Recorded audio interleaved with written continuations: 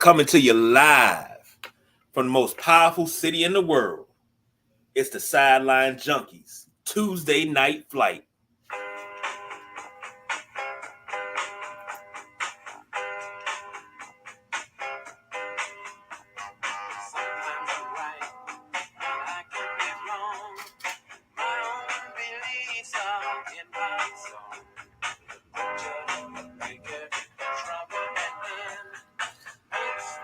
Good Tuesday evening, ladies and gentlemen, boys and girls. It is me, the big guy KG, sitting in with the man of the hour, the one and only, probably the biggest Earth, Wind and Fire fan you'll find this side of the Mississippi, the Midnight Rider.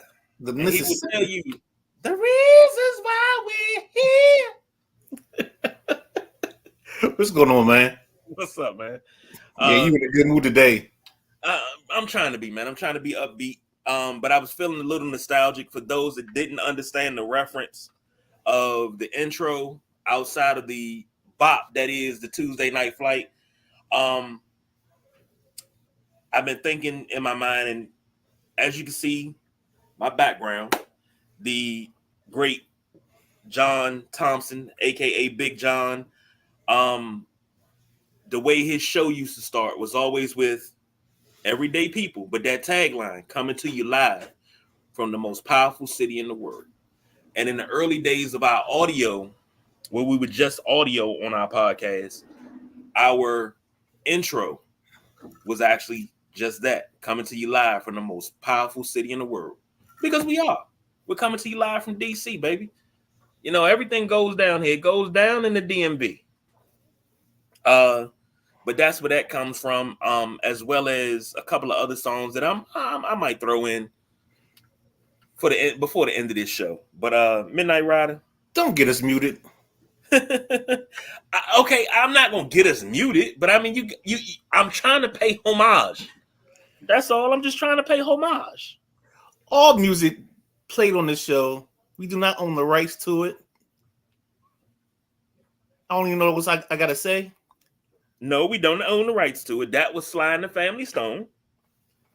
I would really love to play a little Alan Jackson, you know, to get us up out of here. You know, when we get to wrap it up, that was always Papa Top, man. You know. And then when you get ready to go, we don't do no overtime. We are out of here. And then you know what you got? It's 5 o'clock somewhere. But at 3:02 in the nation's capital, you know what that means? You don't know what that means, Midnight Rider? No. Scuttlebutt. You got to play Talking Loud Ain't Saying Nothing by James Brown. See? Yes. I think I was probably on the other side of the radio.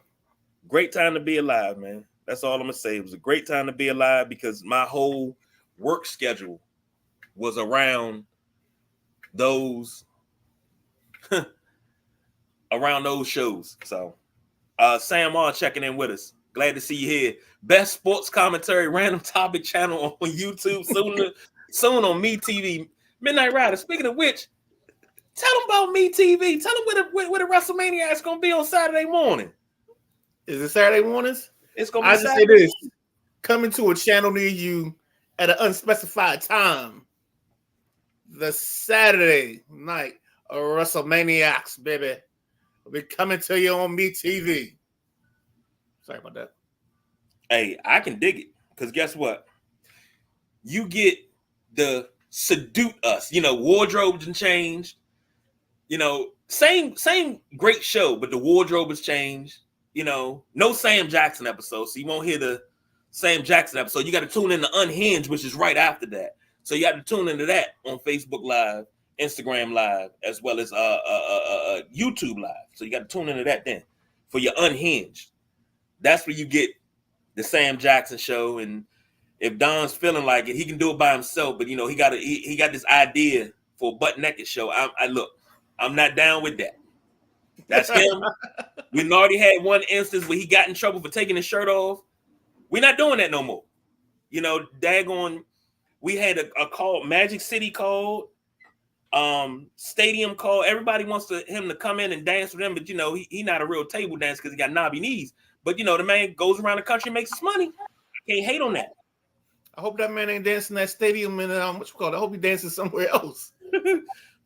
Well, you know they got Magic Mike on. They got ladies' night at stadium, so okay. He goes in there for ladies' night, comes out of there, good grip, good grip. Where you want to start in? Let's start off right here. I got questions for you because I know you got answers. So we're gonna start off really quick. We were trying to talk about it Sunday. The recent tournament that came up, Tiger Woods missed the cut at 14 over. Are we looking at quite possibly the twilight of Tiger's career? I'm not gonna say backside because we already know he's on the backside. He's on the backside of 40. Tiger's almost 50. So are we looking at the twilight of Tiger's career? I mean, he's a guy now that here's a guy that at this stage in his career, I think it has to be 75 and 70 for him to win. Like he has to have all the right things going into that tournament. Body's got to feel good. I still think, I say it every time we talk about him, I still think he needs to lose like 10 or 15 pounds, get a little bit more slimmer, take some of that weight off of that leg, and maybe that'll help him out in the long run. But hey, he been managing his body style and his conditioning, so we'll see. But I just think he needs to drop a little bit and put less stress on that leg. So when you get to places like Augusta, places that are a little bit more hilly, or have different terrains like the U.S. Open, wherever that is, because they always build the course out the same. Those are just two places or two things where I think he just needs to do. I just think he needs to lose some weight. And I just think I would actually think he needs to play at least once a month. Doesn't matter what the tournament is. If the major's that month, then he played the major. But I think he needs to, because I think he's lost some of his feel around, especially the putting green. And putting is a thing where it's a feel thing, not a do thing. Like you just can't walk in and just start putting. And I don't know how much he gets to invest in his game like he used to, because now they're trying to ramp up Charlie as well. Most definitely, because you definitely want the next generation to come along. So I'm just curious. That's why I'm asking, because I'm curious. I want to know. But you know what's funny? It's funny because he misses the cut, and it's always a story. But there are guys that are younger and in better condition, like Bryson DeChambeau. He's supposed to be the next big thing. Well, he missed the cut. Phil Mickelson missed the cut. Like, I know Tiger has this aura around him, and I get that. But it's just funny how, like, he's the one that we talk about the most when it comes to missing the cut. Well, he is, quite frankly, the big name. Him, Phil Mickelson. Who am I missing? On now, Phil and the whole Live and some of the other stuff took Phil out of the limelight. Is Liv still around? Yeah. Okay. They not, of course, not as prominent as PGA, but I heard they pay way more money. Yeah, you can get paid like $130 million and do absolutely nothing. I mean, I don't even think Phil was one on the Live tour. And then you never know when they are. Yeah, it's just been weird, man. Who's a I can't think of any other big names right now on the tour that, old guard, that, are your big names. Tiger, Phil, but nobody talks about that. And what's crazy is you got Dustin Johnson. Trying to think who would be still considered old guard that's like kind of playing. Most of the other older guys, I mean, you got guys now that are kind of floating, like they're not doing what Tiger did. Tiger was dominant the whole time during his run. You got guys like Jordan Spieth, Rory McIlroy. You still got what's his name? The dude from I can see his face. Sergio. You got Sergio still kicking around some. So a lot of the older guys are starting to fade to the back, and you're starting to get a group of younger guys that were the young guys. Now they're the middle-aged guys, and then you got the young guys. Last question. Last question. Well, last two questions. Number one, do they still have the senior PGA Tour? Yes. All right. How old do you have to be on the senior PGA Tour? And is it time for Tiger to move to the senior PGA Tour? No, because I don't think he's going to play enough. So I think he should, if he was playing, that might be the situation where if he's playing once a month, I think he has to be 50, if memory serves me correctly, before he can play on the senior tour. Because I remember seeing, this is how I knew who Jack Nicklaus and Arnold Palmer, I watched them on the senior tour when I was younger. And I watched them still putting on a show. Like, they were a ticket. Everybody wanted to go see them. Now you have, I believe, I don't think Greg Norman's still on the senior tour. The senior tour really doesn't have as much cachet anymore either. No, I think Vijay Singh and maybe a couple of other people that you really, really know. Probably Ernie Els. Possible. But maybe Tiger could revive the senior tour. And we had such high hopes for Tiger when they said he was closing in. Yeah, I mean, because he was closing in on the record, and he's not going to get that record now. He's not nowhere going to get that majors record. He was destined to get it, and then the bottom fell out. I'd never, what's the word I want to use? I don't want to say tempt. I don't want to doubt greatness, because every now and all it takes is, I mean, you sing the song all the time when the tournament comes around. You talk about one shining moment, and that's all he needs is one shining moment just to happen like 3 or 4 more times, and it will be good. And it's not one shining moment. He needs to go. If Tiger can go through a season where he was once, it's like you see that flash of greatness from the greats. When they get older, you see that flash, and he goes through a season, and you see him battle somebody down the stretch, and then they go into a playoff. He wins the playoff. He wins the major. Then I would love to see him win another Masters before he moves on to the senior tournament. I love to see him win another Masters, a U.S. Open. But he goes through and he dominates the majors. Well, he's got a lifetime pass. So he's got passes to all of the major events. So he's really not going to play a lot to qualify, because he doesn't have to qualify. You know what I'm saying? Right. So he's got a pass. He's grandfathered in. So that's another thing you got to think about too. That might be part of the reason why he's really playing such a limited schedule, because everybody's going to love him just being out there now. You know, him, Justin Thomas. You know, you get your Brooks Koepkas of the world, your Scotty Scheffler, Xander Schauffele. So, yeah. You know what? We need to take a major, and we need to take 3 days, take off from work, and sit around and watch a whole major, and, give a couple golf claps. When they get around the amen corner, we got to talk like that. You can't be loud. You got to talk like this, Midnight Rider. Because this right here is a dogleg par 4.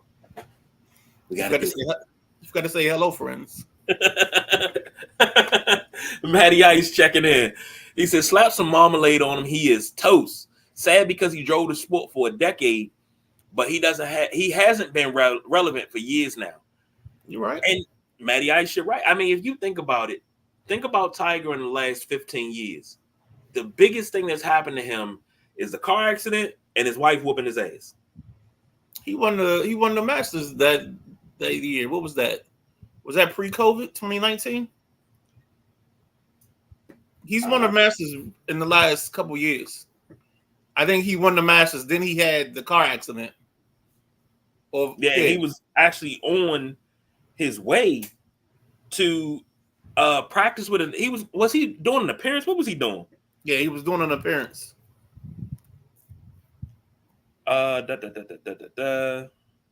He was number 1 for 683 weeks. Yep.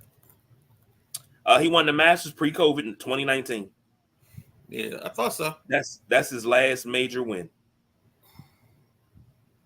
He's a Hall of Famer, World Golf Hall of Fame. I mean, you can't. When you dominate a sport and they actually, if I remember this correctly, I've referenced this before. It was a conversation with Wilt Chamberlain and Michael Jordan when Wilt told Michael, "You know you're great when they changed the game to make it harder for you to succeed," and that's Tiger Woods. They changed every course out here.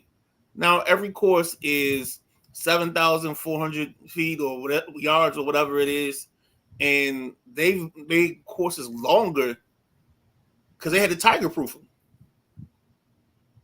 And that's the only reason you had like some of these guys competing on the same level with him, because they made the course more difficult for him. And of course it makes it more difficult for everybody else. But yeah. Nobody could outdrive Tiger but Happy Gilmore one time. Crazy.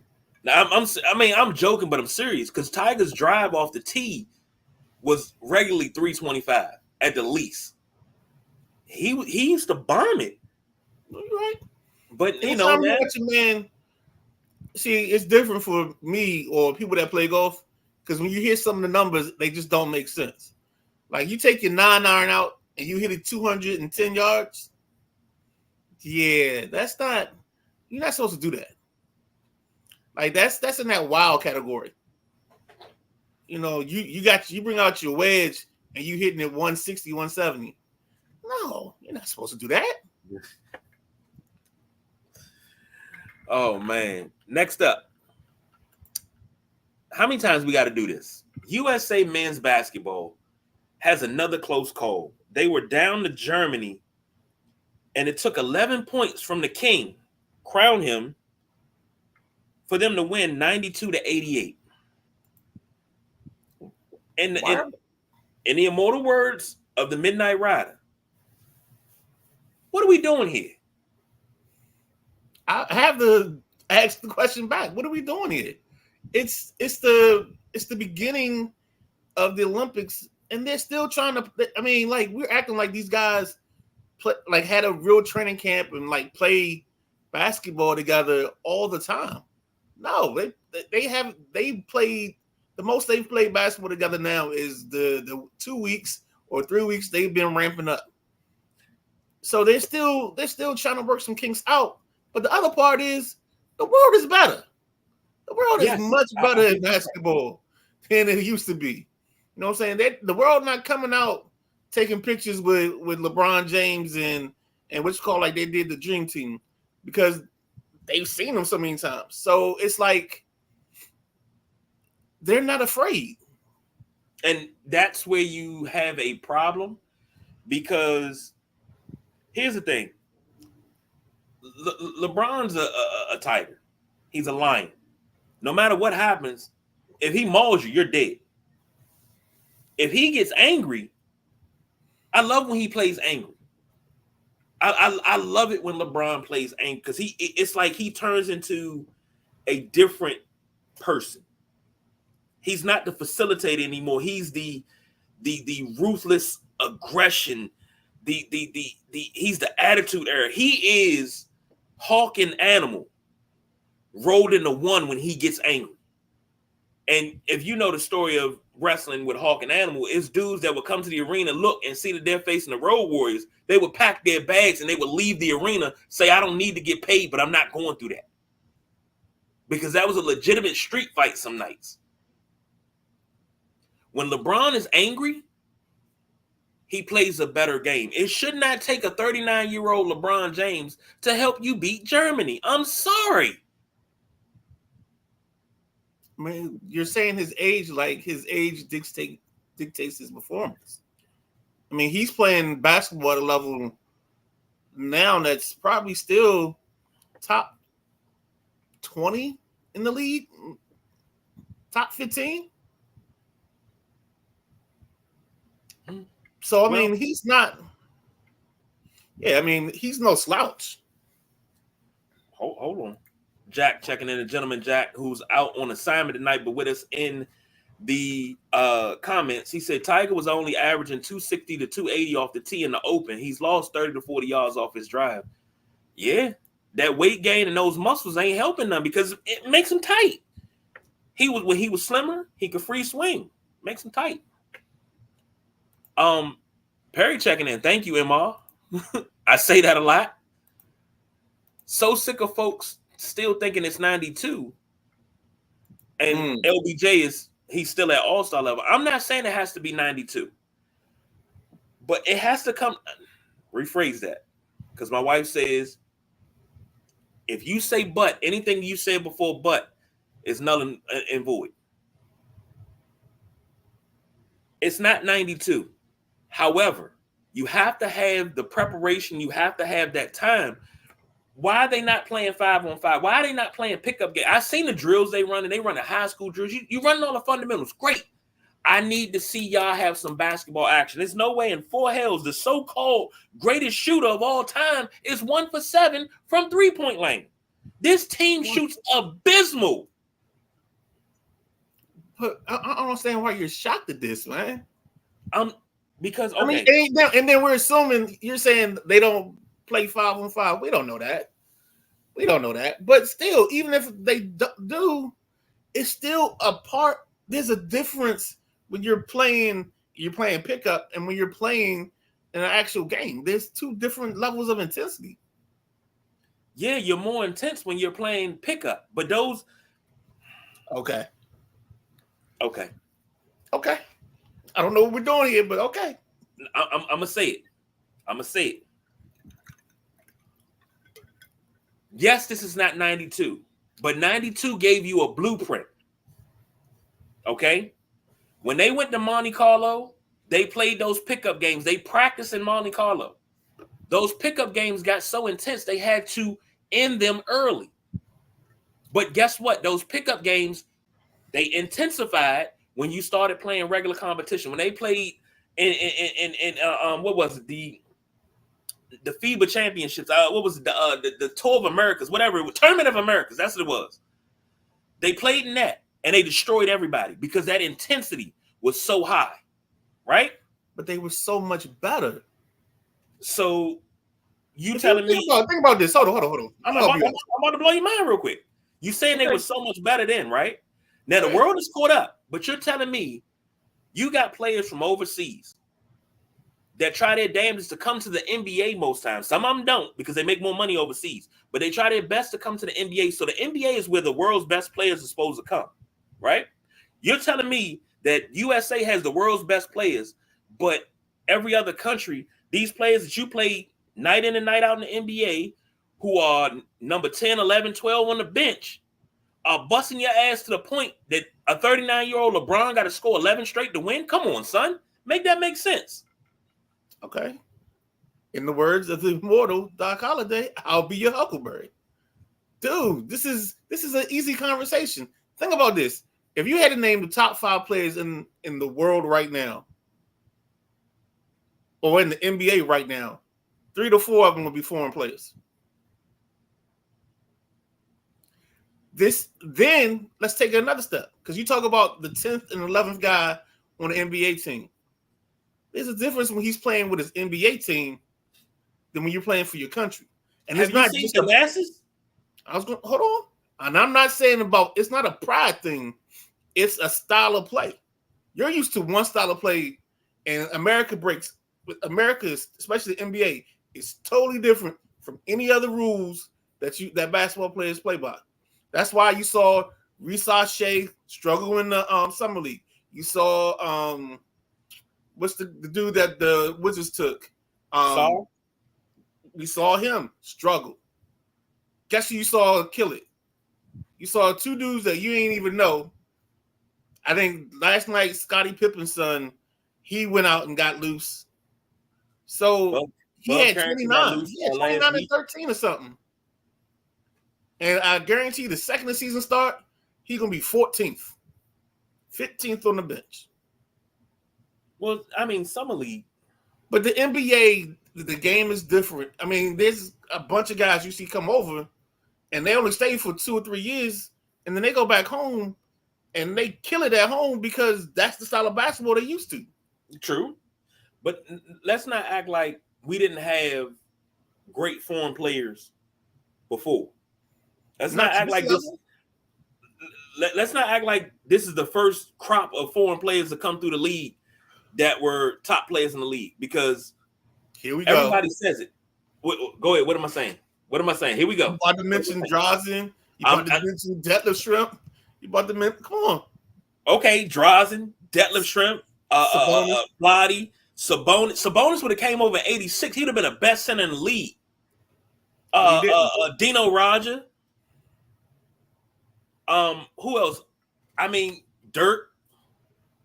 We can go on and on and on and on and on and name all these players, but here's the thing.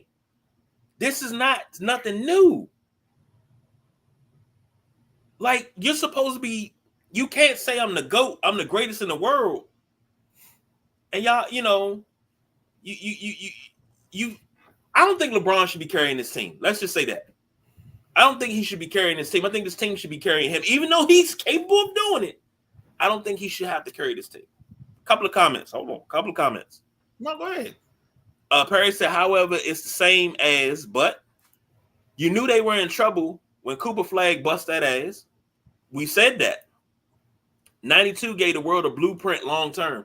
They did, because they exposed the game to other countries. That's why so many, Germany, Slovenia, the African countries, so many are coming up. Perry says, name the last 5 MVPs in their country of origin. One of those 5 MVPs is playing for U.S. right now because he didn't play for Cameroon. Matty Ice says they have to care more about the name on the back more than the name on the front. Only exception is LeBron. Perry says, better hope Canada don't medal ahead of us again. And Perry said this ain't before. The gentleman Jack Carr says, European ball is tougher like the NBA in the 80s. You know, KG, no blood, no foul. Yeah, I do. And the thing is, even though they play like that, it should be no way in 4 hells anybody plays your style of basketball better. I don't care what the NBA plays. The style that we play in America has changed to the point where we adapted to the European style, and Europeans have adapted to the American style. And now the Europeans and the foreign countries are taking over us playing our style of basketball. No. They're playing their style of basketball. Oh, man. Not everybody. International basketball is not close to the American style at all. Right now. That's why they've always had an advantage. They play the American style of the 80s and 90s. They play inside out. We play outside in.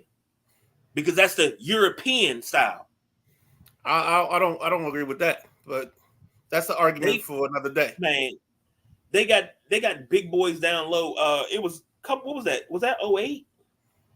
Or was it 12? When the dude they was calling Baby Shaq. He was about big as DeJuan Blair, but he was a monster. Root canal dude. Just creating space, dump the ball down to him. We're taking outliers. Okay, they got a cat over in China right now. That's a beast on the block. Dump the ball down to him. You double him. He kicking it back out. They shooting the jumpers. They're playing inside out. They're playing our game against us, and we're not even ready for our game because we've gotten so goddamn soft. Okay. I'm going to let you shake your fist at the cloud on this one. How is... Because it's not... Look, the reason American basketball stinks is because we play basketball. We don't practice basketball. No. We play basketball. No. And that's become the norm. I'll do you one better. Go ahead. We don't play. We play basketball now. We don't hoop anymore. That's the problem. We used to hoop. We don't hoop anymore. However you want to call it. We don't play good basketball anymore. They practice 4 days a week. We practice one day, but play 4 games in one day. And that's why you're seeing, think about the first round of the draft. Your first 2 were foreign kids. True. And they're all young. And that's because they've been brought up. They've managed to put together a system that works. America's basketball situation is too individualized, and that's why we struggle to come together as a country when you're playing, because you play so many different styles, so many different ways, and the NBA game, yes, has become more European. But you know why? Because that way the Europeans can play. This is Gilbert Arenas harps on this all the time. Okay. All right. I didn't know we was going to end up in this. I thought this was going to be like. And thank you, Barry. The Olympic rules are not the same as the U.S. Yeah, that's true. From Greece, the NBA game changed when he got here. You talking about are we talking about Giannis? That's the only one from Greece. He said thank you. And Thanasis is balling. Okay. Anytime you see, the thing that people don't think about is these guys eat, sleep, and drink. I mean, they have access to a gym all the time. So there's guys. I mean, we've seen guys come out of nowhere and drop 50 burgers. Favorite one is Derrick Rose. Derrick Rose comes out and just dropped 50. Like, it's not a lack of ability or an inability. Sometimes it's your opportunities. True.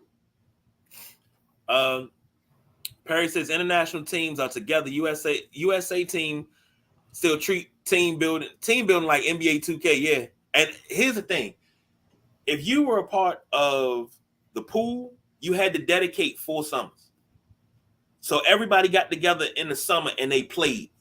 And I'm like, why do we go away from that? Jerry Colangelo set that up so we didn't have another 2004 where you just kind of threw guys together. And Larry Brown didn't want to play young guys.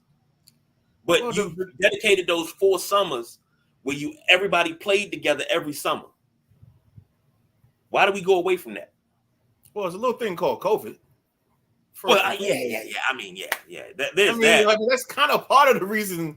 Like, we're kind of here because this is a 3-year window instead of a 4-year window. So, I mean, that's the other thing you got to think about. Like, some of this is just circumstantial because this team probably would have played together in whatever the FIBA championships are, but they didn't. I think they took young guys. Whatever the world tournament is, they came in like 3rd or whatever. It's a thing right now of sometimes the circumstances dictate the rules, and that's what happened here. But we haven't played a game yet that counts. So these are all exhibitions. So we can sit here and him and haw, and then all of a sudden, when the lights turn on in the Olympics, you know what I'm saying, everything changes, and next thing you know, they're doing it for UKG. They blowing somebody out by 30. You know what I'm saying? That might happen. I'm just saying. When you get used to something, you get spoiled. How did you get used to something? Because never mind. Because that's going to make me, you're not going to do that. Pin. Jack says, yep, Mercelonis brought the Euro step to the NBA. Another dog. Sarunas Mercelonis. And Perry said the Greek Shaq cat. He talking about the one they call Baby Shaq. I know he's talking about. Sam says, I don't trust the NBA anymore. That shit is rigged. Certain players aren't playing to their reputation. Teams scoring 16 a whole third quarter, letting the other team catch up from 42 points behind. These NBA players need to tap into their spirit animals or some shit. Dig deep into that spiritual power. Well, maybe their spirit animal was a lamb. You know what I'm doing that? Need to be a lion. Perry said that team was 4th in the FIBA championships. Okay. Halliburton and Ant-Man were on the team that lost to RJ and Shy. Yep. You say, get that conspiracy shit out of here. Oh, man. Well, I will put a pin in this because, believe me, Olympics start on Friday. Opening ceremonies on Friday. We'll see what they do when the lights are on and the games count. Okay. All right. Moving right along, we're going to go over to the NFL for a second. Commander Stadium woes. RFK is still sitting open. There's a plan in place of some things that they want to do. They want to do. Can I change this a little bit? Let's change it. What you want to call it? Who was RFK for? Oh, let's call it that. And you mean the site? Who is RFK building? We'll get into it as we start talking. Okay. And if you want, I'll start it so I can kind of shape the conversation. Take it away. So listening to the radio today, all day, I heard people talking about the Commanders getting back to RFK. And then the question really was asked was, well, who are we going back to RFK for? Mitchell Raines had a conversation this week with Kevin Sheehan on his podcast. And he talked about the plans for a new stadium. By the time we get there, we're probably looking at 2030, 2031. Now, I know, for those of us that have graced the halls of RFK, those of us that have walked through RFK, the RFK holds a special spot in our hearts and our minds. There'll never be another RFK. But the question is, like, who does going back to RFK satisfy? KG?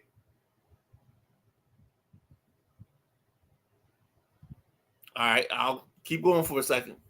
And the reason I'm asking this is because in 10 years, if we're doing it for the people that used to go to RFK, well, they're going to be at least 50 plus by the time we get to 2030. So building a stadium based on their whims and their notions, are we really maximizing the opportunity of RFK? Because it's going to... Go ahead. No, go ahead. Finish your statement. No, all I was going to say is because it becomes that's why I'm asking who is RFK for. Because you can go back to RFK and you'll satisfy a bunch of people that probably are on the back nine of their lives as this is happening. No, I'm being dead serious. On the back nine. Another golf reference. And you got this fan base that's got to grow and develop. I always tell you all the time, some of this isn't for us. And that's the part that some of the older, louder majority of this is your team, but you're outside the target market now. The second you done got your AARP card, the second you get a discount on your Denny's, the second when you start scrolling, and it's like Wheel of Fortune, and you just gotta till you get to your age or your year, you're outside the target market. And that's why I don't get some of the pushback. I get it, but like this ain't for you. That's all. Go ahead. Now, I love what you said because you being real. And I can always count on you for being real. Do I like what you said? No, because I feel attacked. Let's just call a spade a spade. I feel attacked. But you say, who is RFK for? RFK, more importantly than anything, RFK is for the city. That's who it's for. Because I said it 5 years ago. I'm saying it today. Actually, I said it more than 5 years ago. I'll have to share the article that I personally wrote myself with help from the boss BJ. We took a field trip down there. And we talked, this is 2019. So this has been 5 years we took a trip down there. And we talked about the opportunity. Now, I've even had this conversation with my wife, who's not a football fan, not a real big sports fan. I mean, she got a mean-ass crossover, but she ain't never played ball before. Okay. She ain't never played ball, but she got mean-ass crossover, man. Bap, bap, and go to the hole, and she laid the joint up. Then she be like, oh, I ain't never played ball before. But anyway, that's another story. I'll tell y'all about that later. But here's the thing. You have RFK. You put a stadium there. It's not, I know Matty Ice listening, he watching. It's not going to be my multi-purpose stadium where everybody fits in the stadium, okay? But you put a stadium there, You have revenue coming to the city. You have jobs coming to the city. It's right in a prime location where transportation is everything. You're sitting on top of a metro station. You have everything you need there. I mean, you're on the water if you really want to be technical about it. So it's a waterfront stadium. But you say who's it for? It's for DC. Because that's going to put more money in the pocket of DC. And here's what I don't like. When people talk and put their mouth on things that are DC and you don't know nothing about DC. You don't know anything about it. And it's certain people that hold high offices that claim they know about DC. You know nothing about the city. You have so many. When you finish, might I retort when you finish? Oh, most definitely. Just go ahead. Carry on. You have so many transplants in the city for work.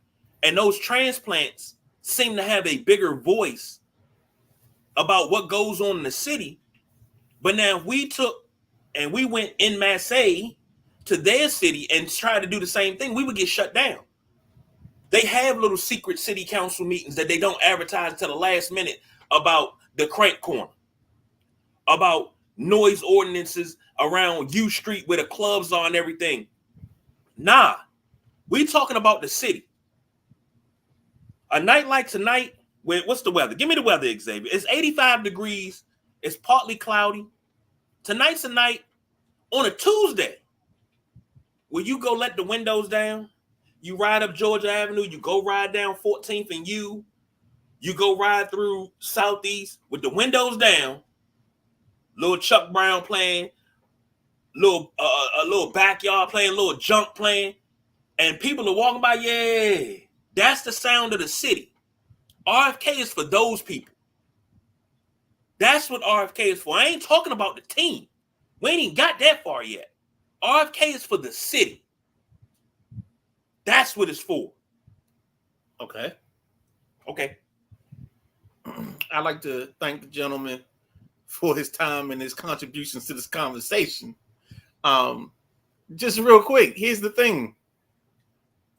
The people that established the culture at RFK won't be there to put it back together. And then the other part about it is when you get there at that time, like, what are you going to do? Are you going to try to recreate everything that RFK was? Because now you're recreating this image, and everybody that's there doesn't understand the image. They don't understand the stand shaking because they were never there when they shook.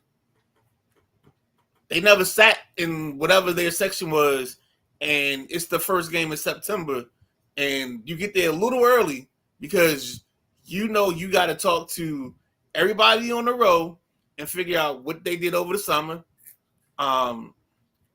catch up with everybody because you were just one big family. You lost all of that when you lost RFK. And people had to change seats and move to different places. You lost some of that when you went 30 years without building a winner. Agreed. You've lost some of that when I'll say, all right, so Sean Taylor, Santana Moss, London Fletcher, like those are our last kind of greats on this team. We've got this big window where if I ask you the last 5 years, who's the greatest commander? Who are you going to say? Greatest commander? Yeah. The greatest Redskin commander. Football team? Because in 5 years, there were 3 names. Only thing we didn't do was a Prince symbol.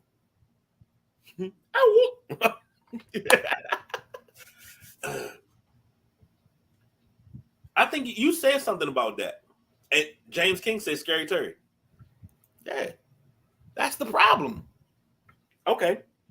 I mean, and like what you got to hope is in the next 10 years, there becomes a renaissance where you actually you hit on Jaden, you hit on somebody else, and you get guys that these people can resonate with. Because I think ultimately, no matter how much we want RFK, I think it goes back to where it is in FedEx because they own the land, and that's one less thing they got to pay for in the process.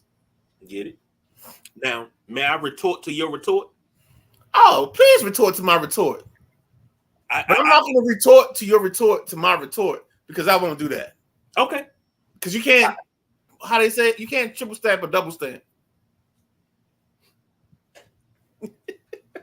I love it. I'll say this. You say, what about, the people that made RFK what it is? See, that's just it. You're putting the stadium there. The place that it's at is hallowed ground. That's it. That's all. Right? We can't recreate RFK. We can't recreate the memories are the memories. We have to create new memories. We have to go undefeated in NFC championship games in that new stadium on that spot. That's what we create new memories. You can't, you throw, a couple of video vignettes together where you say, you got the stand shaking, we want Dallas. Riggo's taking a bow at the 42-yard line. Things like that. Darrell Grant running the ball and after Dexter Manley tipped the ball in the air. Darrell Green's swat down from Darren Nelson to go to the Super Bowl. You take those things, you put them in a vignette, but always believe those memories are right here. They right here, all right here. If you ain't lived them, they just video clips. Let me explain something to you. And think about it. By the time go ahead. I'm sorry. I'm retorting to your retort to my retort. You said you want to go retort to my retort. My bad. Here's the question. Well, not the question. You can't say that they just memories. Because my sons weren't alive to see the Redskins play at RFK. But they know about the stadium rocking and we want Dallas chants. They understand where that comes from. I wasn't alive to see Larry Brown run the ball so beautifully, the 1972 MVP. I wasn't alive to see Charlie Taylor burn Charlie Waters 3 times at RFK. I wasn't alive to see that, but those video clips are ingrained in my mind as a Redskins fan. See, that's what it is. We don't hearken the past to say, hey, this is what we used to be. Now, we could be even better because every decade was better, except for the 90s and the 2000s and the 2010s. But that's a big except. But if you look like saying, I like New Edition, just not Ronnie, Bobby, and Ricky. But think about this. The foundation was laid in 69. Let's be honest. The foundation was laid in 69, 7-5-1. Vince Lombardi's lone season started us on the right track. George Allen took over, turned us into winners. We had a couple of lean years, then the Gibbs era starts. 4 Super Bowls in 11 years, winning 3 of them. After that, it's like we couldn't get past that. It's like we couldn't build on that. We were supposed to build on that. And I think where we didn't build on that at, as much as that pains me to say, it was hiring Richie Pettibone. Much as I love Coach Bone, should not have been a head coach. I can say that now as an adult. But I disagree. But go ahead. That's where the new memories have to start. You have to do that video montage where you show all the great things that happen at RFK and they just fade into one another. And then all of a sudden you pull out of the video screen and it's all the little screens make up what the new stadium looks like. I hear you, but I just feel like you do that. I just think you do that. You could have done that at FedEx. But you can't do that at FedEx. Create the vibe. FedEx has never had FedEx never had the vibe. It never passed the vibe check, as the young folks say. I don't know about that. FedEx, I've never seen. we were still so in love with the Redskins that like that was still number one. And I've been in that building. I was there when Clinton Portis took it to the house on his first carry. I was there for the Santana Moss 3 touchdowns versus Jacksonville. I was there for the Sean T picked up scoop fumble, face mask, and the kick. Like I've been there for moments where like when I got home, I'm like, it's gonna be some babies made tonight. Because of the euphoria. It's gonna be some babies made tonight. It's gonna be some bad decisions and some people calling in sick. You had moments at FedEx. The first moment was a moment. Michael Westbrook's catch against the Cardinals to win the game in overtime. Right. First game. You know, that started it off. But you also have terrible memories there. Oh, heck yeah. Losing in the playoffs, Seattle, when RG3 got hurt. Being at the game when Alex Smith got his leg broke. And we were doing pretty good that year. What were we, 6-3? Yeah. It was a little fraudulent, but yeah. We never recovered that. We never recovered. I think it's something I think I heard a stat that there were 10 quarterbacks after Kirk. It's on like 10 or 11 quarterbacks.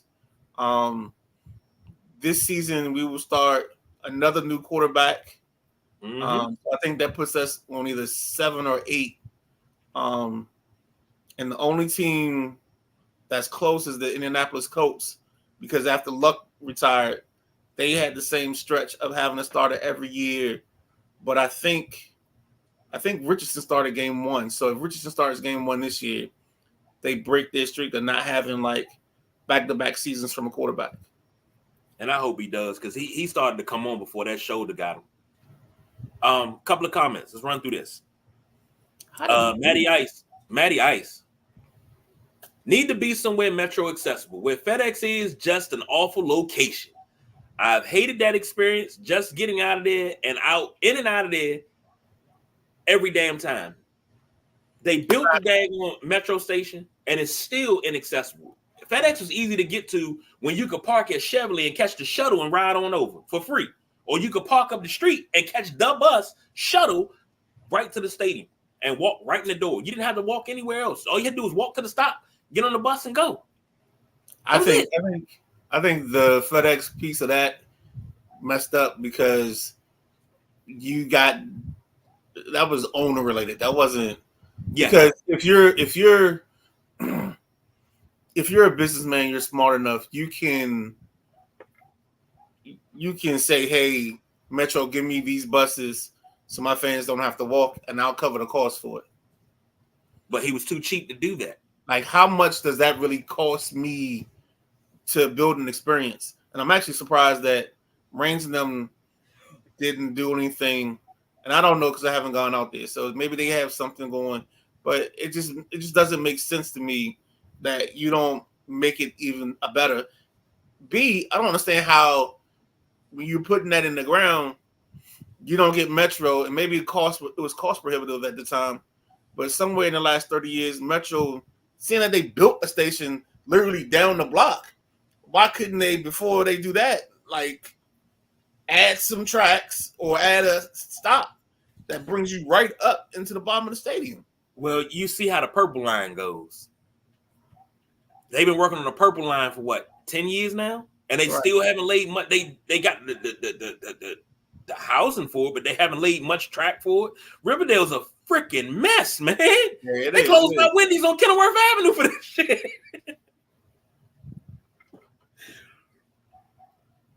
I digress. James King said, facts. I hate that DMV. I'm DC for life. When you're talking about the city, that's what we talking about. Not DMV, we talking about the city. Hey, Jack, don't worry about it. We can save a piece of this pie for you on Thursday. He said, damn, I wish I was in on the RFK discussion. You both made good points. Perry says, the building the winner, that part. Yeah, and that's what we haven't done.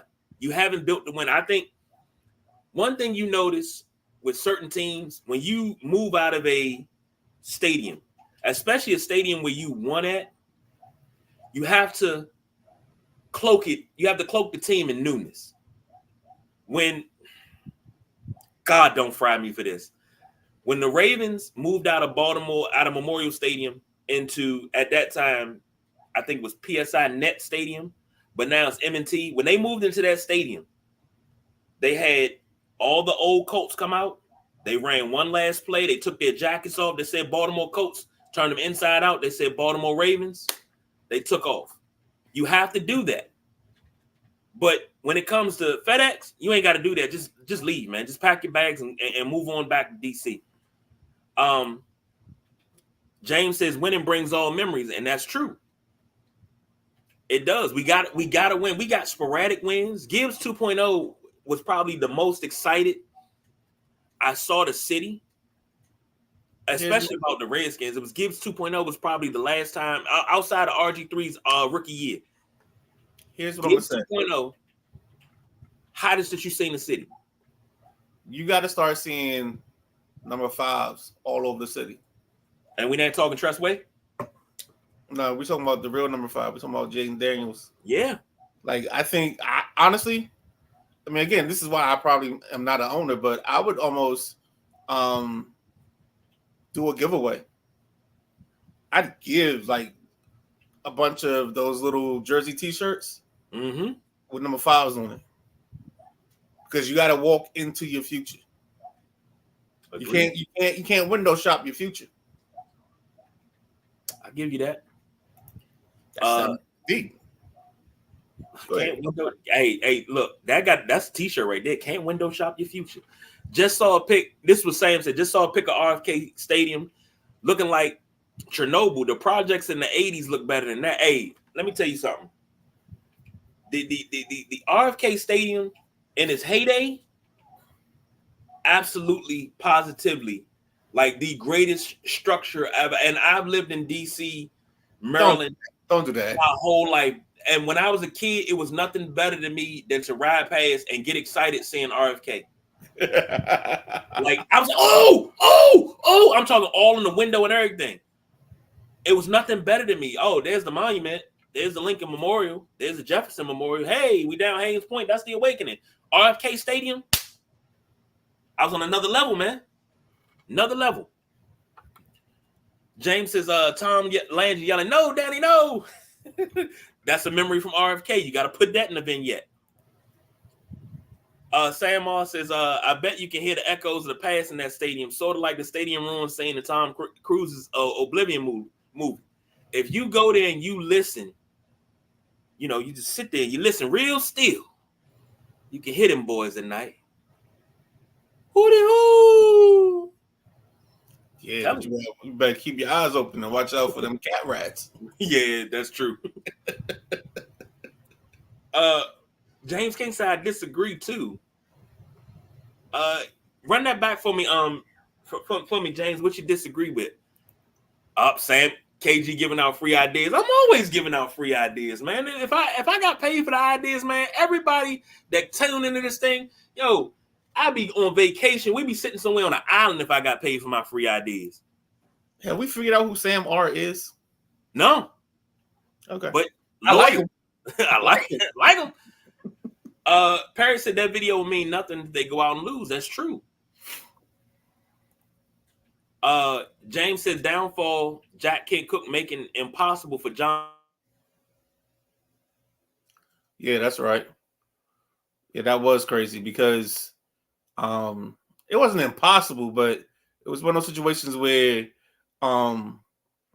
Jack, and I don't think that's also all on Jack. I think there was some other things involved too. But he also knew that John didn't want the team. So like, why give him access when he wasn't ready or he wasn't willing to I don't think he thought he was going to be in good hands. Like, it's kind of like the Lakers right now. I don't think the Lakers are in good hands. I kind of wish Jerry West, with Jeannie? Yeah. Her and the three, I call them the three blind mice. I think she just got the wrong people around her. No, we need somebody else. It's her, Rambis, and Pelinka, the three blind mice. Matty Ice says Raiders are having the same issues in Vegas. They lost the identity they had in Oakland with the black hole. I hope AP is finding it for them. And I think that they are going to get that. Because one thing about the Raiders, it don't matter. And that's what I notice about a lot of fan bases outside of Washington. The dog pound is still a dog pound. The Raiders are getting... Because you about to do this. I know what you about to do. Go ahead. Go ahead. The Raiders still have that aura of mystique. You know, they still got the John Facenda poem. You see what they did for their season ticket holders? They sent the treasure chest. You open the treasure chest. It talks and it says the whole Autumn Wind poem. Like, bro, I want to be a Raiders season ticket holder just so I can have the chest. This is the second year in a row they've done something like that. My God, that is ingenious. But you know what the only problem is half of those season ticket holders, once they get that little treasure chest, they go over to StubHub and they figure out what East Coast teams are coming to town and sell their tickets for $400. They had a season.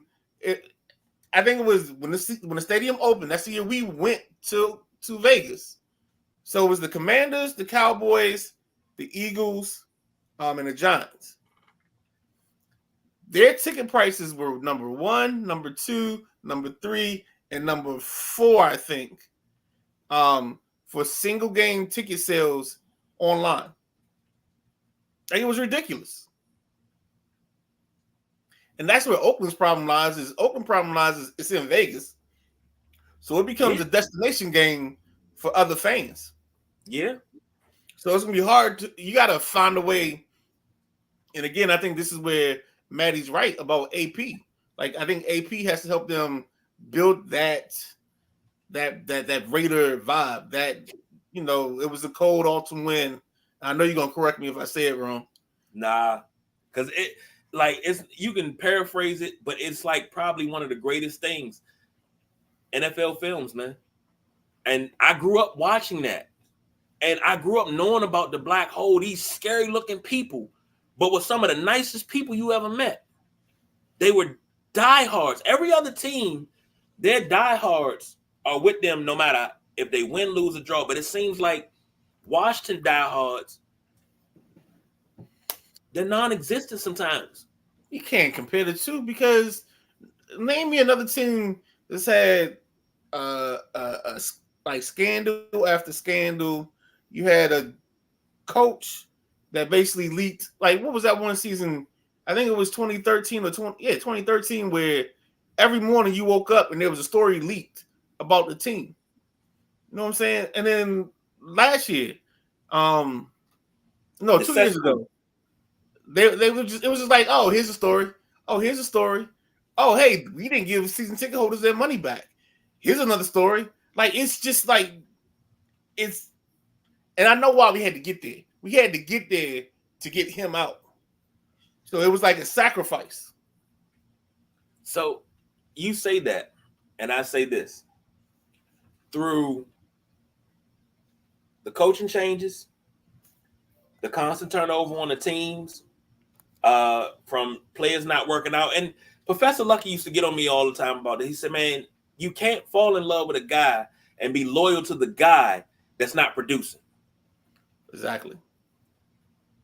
So I had to get away from that. But I'm still a diehard. I still live and die with this team. I believe what George Allen says, when you die, a piece of you dies. But when you win, you're reborn again, and that piece is reborn again. See, I wasn't alive for that, but these things are ingrained in my mind. The George Allen speech, 43 men together, can't lose. That is ingrained in me. Okay.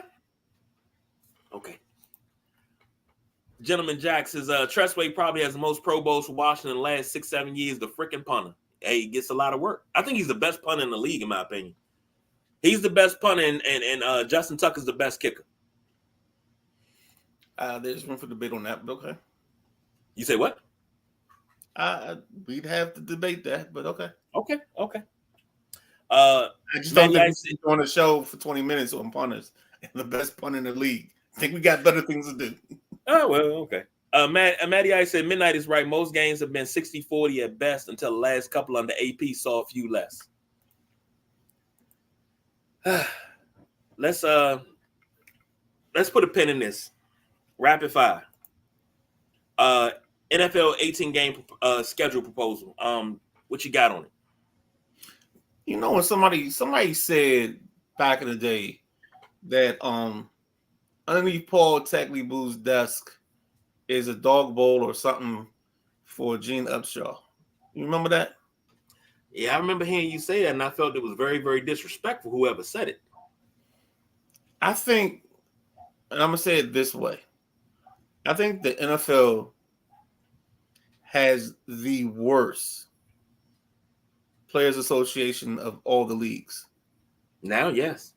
No. Then, period. I didn't feel that before, but go ahead. I'll explain that later. Go ahead. No, I say that just because I think the NFL has allowed the owners to get away with making all these drastic changes, and like outside of getting a couple extra bucks, that's it. They're not getting it like there has to be something. To me, there has to be something major that you're getting out of this, because all you're gonna do going to 18 games, you're gonna get another bye. You'll put the Super Bowl on the weekend of President's Day. But what are we getting out of it? What are we doing here? Like, what? Make this make sense to me. So that means now, think about this. Last year, I'm gonna say it's 65, but I might be wrong. And if anybody want to fact check me, knock yourself out. But we had 65 quarterbacks play last season. So now we're going to add another game. We talk about, we worry about player safety. It's all good. We're going to add another game. We got games on Wednesday this year, Friday. Of course, you got your Thursdays, you got a Saturday, and you got a Sunday. But you keep telling me, and Monday, I'm sorry. But you keep telling me player safety. Are we really worried about player safety? And to get to the coup de grace of the Midnight Rider, you can't play Thursday night games and limit the roster. You just shouldn't. If we have to play Thursday, then we have, instead of a 43-man or a 45-man roster, it should be 50. It should be 53. Because you should be able to carry that extra offensive lineman. So we get to a point where if somebody's hurt, we ain't got to throw a tight end at offensive line. That's all I'm saying. Here's the thing. Playing 18 games is a disaster waiting to happen. Injuries have been up for the last couple of years with this 17-game schedule. Injuries have been up. We can't keep going through this. You talk about concussions and all this, we're right back where we started. 16 was good enough. Oh, well, we don't want to play 4 preseason games, and don't play 4 preseason games. And you're seeing what's going on when you dump it down to 3 preseason games. You don't have enough time to evaluate talent. Guys don't have enough time to get in the football shape, because that's what you're going to do if you go 18 games. You're going to take away another preseason game. Now, when they played 14 games, they had 6 preseason games. You dropped it down to 4. Okay, you had enough time to do everything. You have no time. Everything's going to be so condensed. Guys are going to get hurt. And I don't mean little tweaks and strains. I mean, dudes are going to get really hurt. 18 games. What they're going to do is, this is why you had, if you paid attention early in the offseason, you had, like, I love how the NFL kind of drops these little balloons. They're like Easter eggs. And they're like, oh, what about this? So they talked about restructuring the all-season program. And the only reason we're talking about that is so we can go from the 17 game to the 18 game schedule. And what they're going to do is give the players a little bit more time off. You ain't got to report for OTAs. Maybe it's mini camp and like another session, and then you get the season to start. The problem is the players take comfort over other things. Like they'll take an easier schedule. Oh, okay, I ain't got to do this. That's why I say they're weaker than any other players association. I can agree. MLB ain't going for this. No, from that standpoint, I agree. So, couple of comments. Sam says, I imagine KG standing on the stool reciting the Rudy locker room speech. We're gonna go inside. We're gonna go outside, inside and outside. We're gonna get him on the run, boys. Newt rocked me. Of course, I've done that before. But I'm a Notre Dame fan, so what can you expect? My room used to actually be set up like a locker room with a stool in the middle. So I was young, man. I had my own locker and everything in my room. Jack says, and the NFL going to pay-per-view, dumbest move ever if this happens. I agree. And then you saying Sunday, Monday, Wednesday, Thursday, Friday, Saturday. So the only night you're not going to have football is on Tuesday. I get the Saturday games. Saturday games happen later on in the year because they split them up because of the holidays. I get the Thursday games, especially Thanksgiving, we have our triple header. Great. A Friday game, people have to work on Friday. And you're talking about showing, if they do like they did last season, where they showed that game on Friday at 3:00 in the afternoon. But it's Black Friday. Most people. Who's watching that? Everybody's not off on the day after Thanksgiving. Who's watching that? You should have planned your vacation better, dog. I don't. Let me tell you something. I got a motto. I need my money better than a hog needs slop. I got you, bro. Now, when I was working, you're asking the question. Okay, I get that. Yeah. When I was working in the public sector, yeah, I had to work Black Friday, but I work for Hella Hunt Motors. I'm the leader of sales. I don't have to worry about working Black Friday because Black Friday, Hella Hunt Motors is open. We open on Thanksgiving. You want to come in here after you ate your turkey? You want to get yourself a car? Come on. We got you. No questions asked, guaranteed. We got you. That's what we do. But I'm not going to be sitting there watching no football on no Friday. I'm not going to be watching football on Wednesday. It's hard enough trying to watch the Monday night game. It's hard enough trying to watch the Thursday night game. Now you're trying to add 2 more nights during the week to try to watch football? That just doesn't make any sense. And then you have them on these obscure channels. You don't show them on ABC, NBC, ESPN. Nah, you got to show that on Amazon. Amazon Prime graphics are terrible. It looks like I'm watching a daggone 13-inch tube TV with rabbit ears and aluminum foil on the tip. Wow. But you want to go back and get a floor model TV? My floor model TV never looked like that. Please stop playing with me. My floor model TV had the perfect picture because I turned that sharpness all the way up and had to screw the sharpness. You couldn't hit the button; you had to screw it all the way up. So did you contrast use, pliers? No. You know when you had to tune it, you had. I mean, that's to change the channel, but you know when you had to turn the sharpness up, you had to turn that up, turn the color up a little bit, make sure it ain't too red, too green. You know, gotta get in the middle. Right.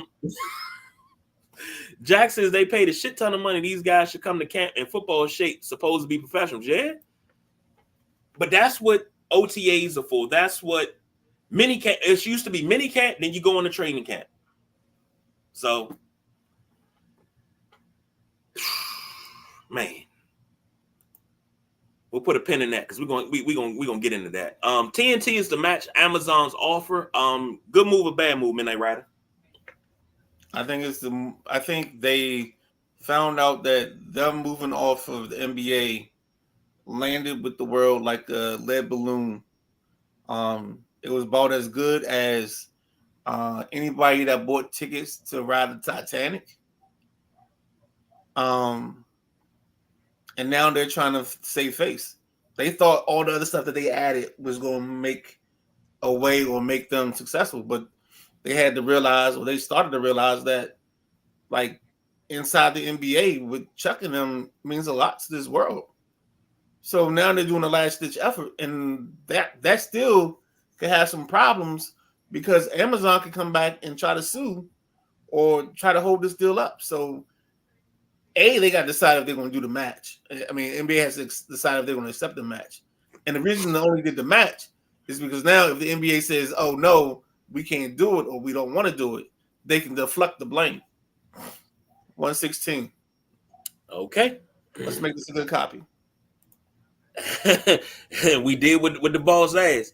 Now let's wrap this thing up. Final thoughts before we get out of here. I'm not even going to talk on the TNT deal because I you know how I feel. It's a deal for the people.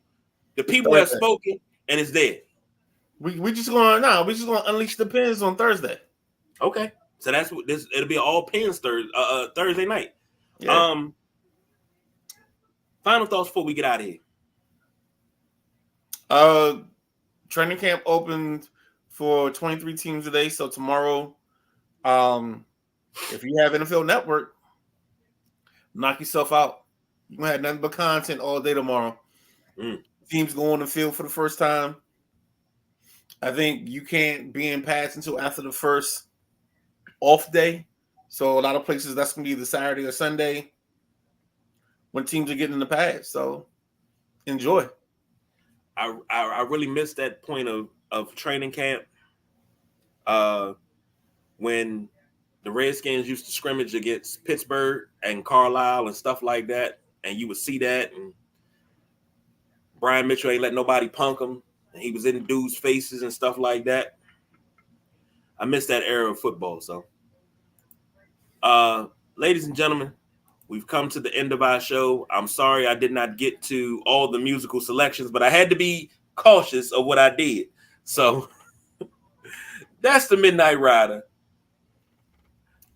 The gentleman Jack's on special assignment tonight. Jack, keep your head up, man. Condolences to you and your family, brother. Just keep your head up. Keep fighting, man. We here if you need us. I'm the big guy, KG.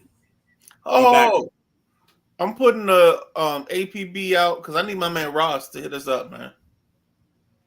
Okay. Unless you talk to him. If you talk to him, we good. I haven't talked to Ross in a couple of days, in a couple of weeks, about 2 weeks. Right. I need to hit him because the bat light on for him.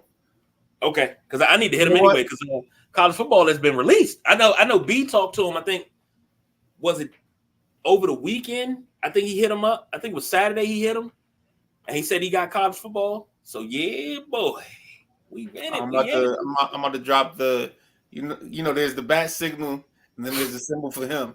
I'm gonna drop the Thanos for him. Because I got to get him back on the show, man. Got to get him. He hasn't been on in a while. His seat getting a little cold. He got to come warm his seat up a little bit. Right. Got to come and put some of his stuff in the refrigerator. And then before we get out of here, if you haven't checked it out, we posted Sideline Junkies guest, Miss Tynette Daniels did another national anthem. I posted the national anthem in the thing. Maddie, if you get a chance to check it out, grade it out for us. And that's it. Let's get out of here. All right. We don't do no overtime. That's the Midnight Ride. I'm the big guy, KG. We out of here.